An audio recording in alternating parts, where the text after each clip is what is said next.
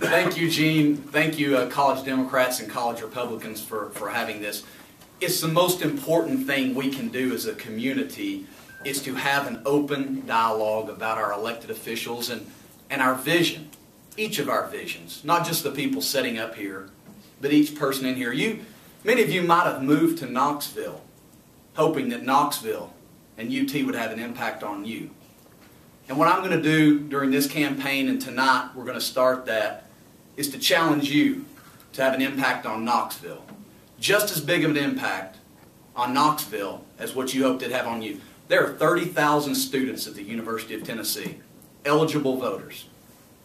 In this election, many people are only predicting that another 20 to 30,000 people would vote. You have the opportunity here as a UT student to impact Knoxville. I grew up in the Knoxville community in the inner city here.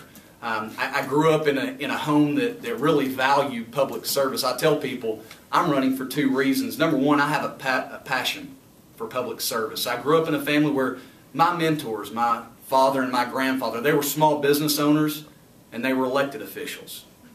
And in my family, my mentors, they thought that the best thing you could do was serve your community. I saw them proudest of what they were doing when they were serving the community, and that has an impact on a young person. Number two, I would tell you I'm running because I believe there are two types of elected officials in this country.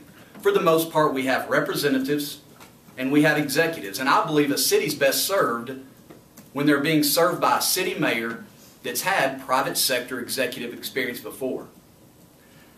As Gene said, I started a business back in 2005. I had saved up $5,000. I borrowed a laptop from the gentleman that's now my father-in-law, and I've grown that business. I've grown that business to where today we handle about $1 billion a year, and I'm very proud of that. I think that one of the most important things a city can do is to have a pro-business, pro-growth outlook on this community. Thank you, Mr. Padgett. Our fourth